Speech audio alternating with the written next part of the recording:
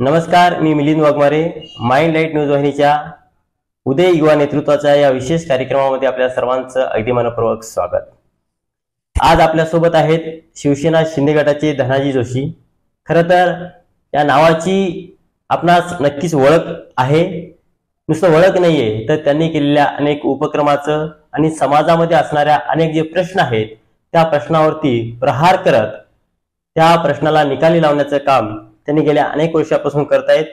आणि राजकारणाबरोबर समाजकारण या दोन्ही गोष्टींना त्यांनी विशेष प्राधान्य देण्याचं काम त्यांनी केलेलं आहे.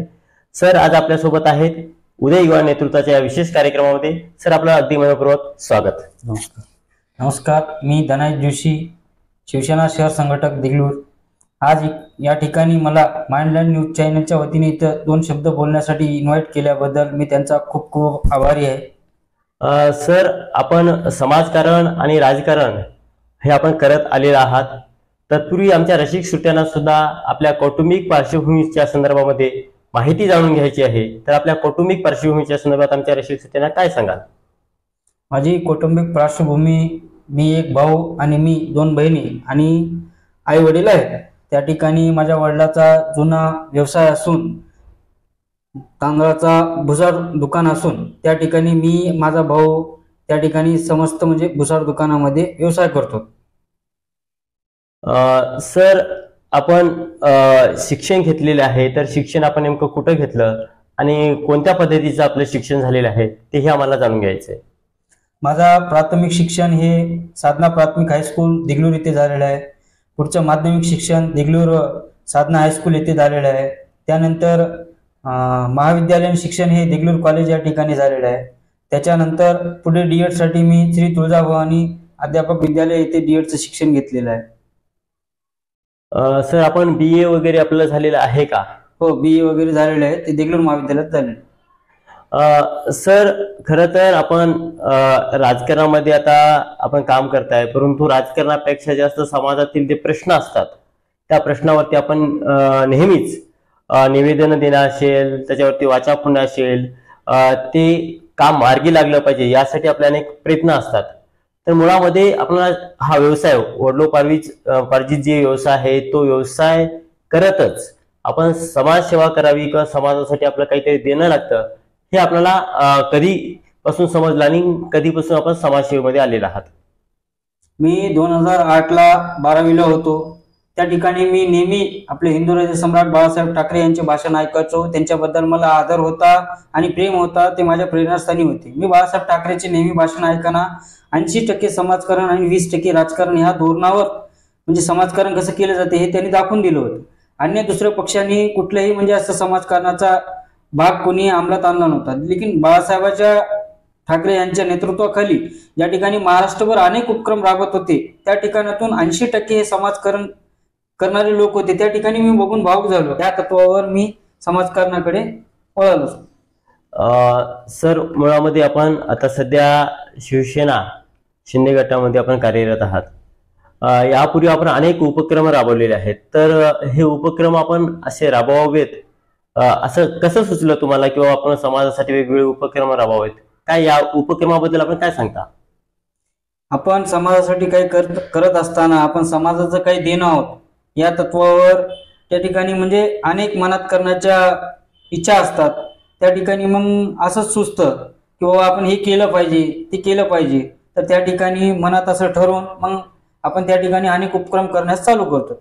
आता गेल्या वर्षी मी पोलीस प्रशिक्षण भरती हे 1 महिना मोफत त्या ठिकाणी दिलेलं होतं विद्यार्थ्यांसाठी. आज त्या विद्यार्थ्यांनी चांगल्या पदावर पोलीस भरतीमध्ये लागलेले आहेत. सर याच बरोबर आपण करोना काळामध्ये हे अनेक उपक्रम राबवले होते, त्याबद्दल आपण काय सांगता? कोविडच्या काळात अनेक लोक घरच्या बाहेर निघण्यासाठी म्हणजे बंदी असताना सुद्धा त्या ठिकाणी लोकांचे जे हाल होत होते ते आपल्याला बघा वाटत होते. त्या ठिकाणी आपला जो परिसर असेल जवळच्या परिसरामध्ये जे कुटुंब म्हणजे त्यांचं उदाहरण केल्याशिवाय त्यांचं काही होत नव्हतं, तर तशा लोकांनी म्हणजे आपल्याला अनेक फोनद्वारे हे त्यांची समस्या सांगितल्यानंतर किंवा मनात एक भावना जागृत झाली, आपण ही समाजाचं काही देणं आहोत त्या ठिकाणी करणं आपल्याला भागच आहे. त्या ह्याच्याने त्या ठिकाणी मग लोकांना अन्नदान असेल फळ वाटप असतील, भाजीपाला वाटप असतील, आर्सेनिक अल्बम गोळ्या वाटप असतील, रक्तदान शिबिर असेल, अनेक अशा माध्यमातून त्यांची सेवा करण्याचं पुण्य मला भेटले. त्याबद्दल मी ईश्वराचे खूप आभार व्यक्त करतो. त्या ठिकाणी मला कोविडमध्ये गोरगरीब जनतेची सेवा करण्याची जे त्यांच्या हातून म्हणजे जे माझ्या मनात इच्छा आली त्याबद्दल मी ऋणी आहे समजा. मुळामध्ये तुम्ही राजकारणामध्ये नेमकं का उतरलात? अनेक प्रश्न मार्गी लावण्यासाठी. त्या ठिकाणी आपल्याला म्हणजे प्रशासनावर दबाव न पडत असल्यामुळे साधारण जनतेला जे लोक अधिकारी लोक पिळवणूक करतात त्या ठिकाणी त्याचं काम सरकारी काम आणि 6 महिने काम ही जी व्याख्या आहे ही व्याख्या बदलण्यासाठी जर आपल्याला काय करावं लागतं तर सर्वप्रथम राजकारणात त्या ठिकाणी आपल्या पदाचा वापर करावा लागेल आणि जनसामान्यांचे प्रश्न सोडवण्यासाठी आपल्याला त्या ठिकाणी आवाज उचलावा लागेल, आंदोलन करावं लागेल.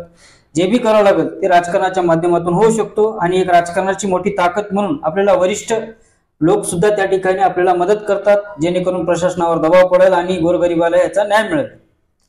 सर, कालपूर्वाच आपण म्हणजे छत्रपती शिवरायांच्या जयंतीच्या पूर्वी एक आपण निवेदन दिलं होतं. खरं तर तो निवेदन दगडू बिलोली मतदारसंघात आणि आजूबाजूच्या परिसरात तो खूप व्हायरलही झाला होता आणि त्या निवेदनाची दखल सुद्धा प्रशासनाने घेतली होती.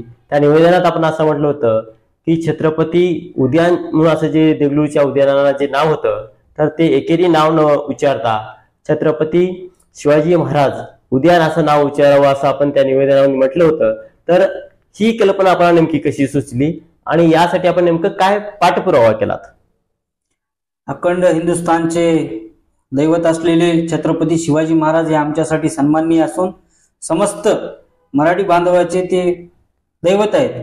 त्या ठिकाणी फलकावर छत्रपती शिवाजी उद्यान असं एकेरी नावाचा उल्लेख केला होता. ते माझ्या निर्देशनात आल्यानंतर संबंधित नगरपालिकेला त्या ठिकाणी महाराजाचं सन्मानपूर्वक नाव देण्यात यावं, अन्यथा आपल्या कार्यालयासमोर बेमुदत उपोषण करण्यात येईल असा इशारा मी प्रशासनाला दिला होता. तर त्या ठिकाणी त्यांनी मुख्याधिकारी तानाजी चव्हाण साहेबांनी या प्रकरणाची तात्काळ दखल घेतली आणि छत्रपती शिवाजी उद्यान हे नैकेरी नावाचा उल्लेख थांबवून त्या ठिकाणी श्री छत्रपती शिवाजी महाराज उद्यान हे पूर्ण नाव देण्यास त्यांना त्या ठिकाणी भाग पाडलं. सर, हे आपण अनेक उपक्रम राबवता, अनेक समाजासाठी हितावह ठरतील अशा आपण कार्यक्रमाची अंमलबजावणी करीत असता. तर हे सगळं करत असताना आपल्याला एक आदर्श व्यक्ती म्हणून किंवा एक आयडल व्यक्ती म्हणून किंवा मार्गदर्शक म्हणून आपण नेमकं कोणाकडे पाहता? सन्माननीय महाराष्ट्राचे मुख्यमंत्री एकनाथजी शिंदे साहेब यांच्या नेतृत्वात मी एक आदर्श व्यक्ती बघितलेला आहे, ज्यांची कॅपॅसिटी 18 तास काम करण्याची कॅपॅसिटी असून आज शासकीय योजना त्यांनी आज पूर्ण लाभार्थ्यापर्यंत पोहोचवण्याचा प्रयत्न केलेला आहे. त्यांच्यासारखा नेता हा दुसरा कोणी होऊ शकत नाही. त्यांनी धर्मवीर आनंद दिघे साहेबांच्या तालमीत शिक्षण घेतलेले असून त्यांनी राजकारणात येण्याचं काम सुद्धा खूप चांगल्या प्रकारे केलेलं आहे. आज त्यांच्या कामाच्या जोरावर आज महाराष्ट्र राज्याचं नेतृत्व करत असून आम्ही त्यांच्या नेतृत्वाखाली या ठिकाणी शिंदे गटामध्ये जाहीर प्रवेश करून आज बाळासाहेबांची शिवसेना आज पुढे जर कोण नेत असेल तर ते एकमेव एकनाथजी शिंदे साहेब. परंतु हे जरी सत्य असलं तरी सुद्धा उद्धव ठाकरे गटाकडून वारंवार आपल्या कार्यकर्त्यावरती म्हणा किंवा शिंदे गटाचे जे सध्या ज्यांच्या हातामध्ये धुरा आहे असे महाराष्ट्राचे मुख्यमंत्री एकनाथराव शिंदे यांच्यावरही टीका टिप्पणी केली जाते. तर या संदर्भात आपण काय भावना व्यक्त करता की काय याला प्रत्युत्तर म्हणून आपण काय सांगाल? सन्माननीय हिंदू हृदय सम्राट माननीय बाळासाहेब ठाकरे यांनी सांगलं होतं की ज्या दिवशी माझी शिवसेना काँग्रेस सोबत जाईल त्या दिवशी मी माझे दुकान बंद करेल.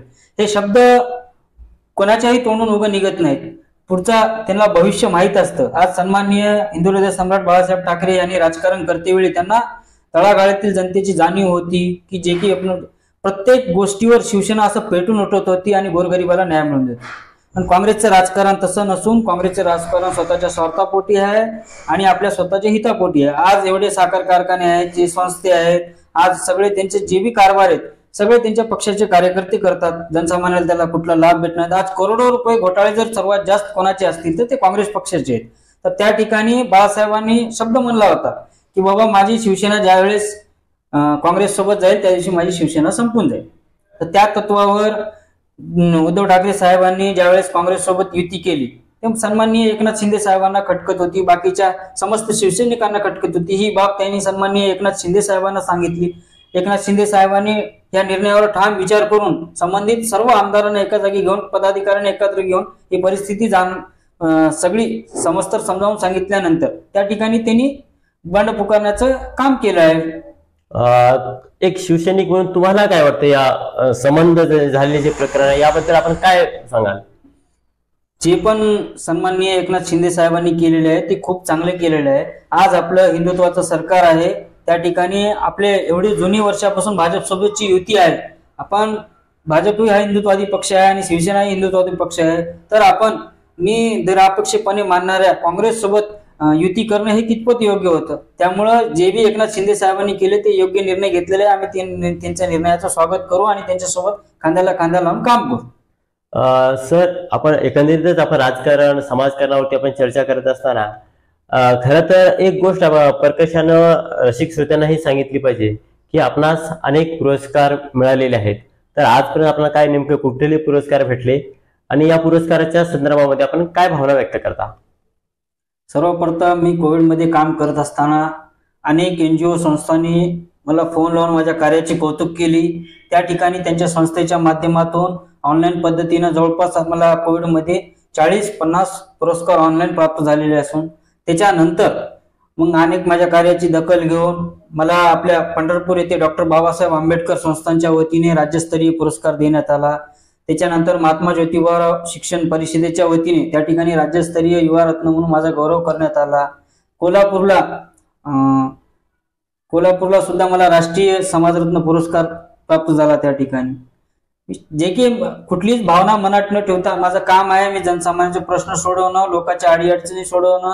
मला कुठल्याही क्षणी लोकांच्या अडचणी आल्या तर मी 90% माझे पहिले अडचणी सोडवण्याचा प्रयत्न करतो. त्या ठिकाणी माझ्या कामाच्या जोरावर माझ्या नावाची ओळख झालेली आहे. अनेक लोकांना म्हणजे संबंध निर्माण केलेले आहेत. आज पूर्ण महाराष्ट्रभर आज मला अनेक लोक फोन लावून मला कामाच्या शुभेच्छा देतात. सर, जर समजा तुम्ही आज तागायत कोणतीही निवडणूक लढवलेली नाही, पण येणाऱ्या काळामध्ये पक्षानं किंवा तुम्हाला संधी दिली तर निवडणुकीच्या रिंगणामध्ये आपण उभे राहणार का? याबद्दल आपण काय सांगाल? माझी इच्छा तर निवडणूक लढवण्याची मुळीच नसून पक्षानं जर आदेश दिला तर त्या ठिकाणी पक्षाचा एक आदेश म्हणून मी शिवसैनिक म्हणून मला पाळणं बंधनकारक आहे. पक्षानं जर ठरवलं की बाबा तुम्ही निवडणूक लढवावंच लागेल तर 100% मी त्यांच्या विश्वासाला तडा जाऊन देणार नाही. असं त्यांच्या माध्यमातून मी जनसामान्याचे प्रश्न सोडवण्याचा प्रामाणिक प्रयत्न करेन. सर, खरं तर आपण आपल्या कौटुंबिक पार्श्वभूमी संदर्भात, त्यानंतर समाजकारण आणि राजकारण आणि सद्यस्थितीमध्ये जे काही समाजामध्ये आणि राजकारणामध्ये जे काही चाललेलं आहे त्यावरती सुद्धा आपण उत्तमरित्या आपलं विवेचन मांडलेलं आहे.